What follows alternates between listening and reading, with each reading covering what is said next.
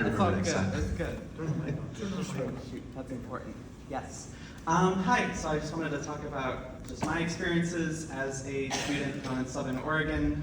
As a kid, I played soccer in middle school, and then I was playing recreationally, and I got to high school, and then suddenly I was on the competitive team, and it was a bunch of guys that were all very hyper masculine, and I did not fit in. I was called pansy, and that was not fun. So I gave up on that and switched to tennis, which I was not good at.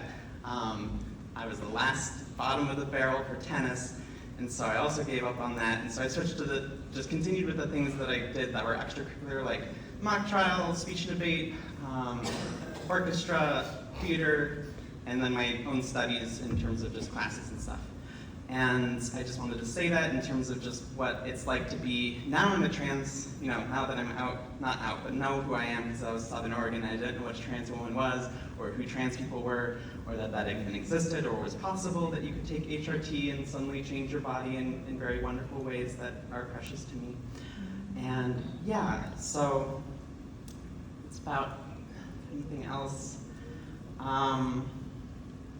Yeah, I spent the last week pondering what I would say to this, and I had nothing. In general, I think trans people in sports, I wish that we could be in sports, but I see how it's destroyed this nation a little bit. And so I wish that would come to less of a thing.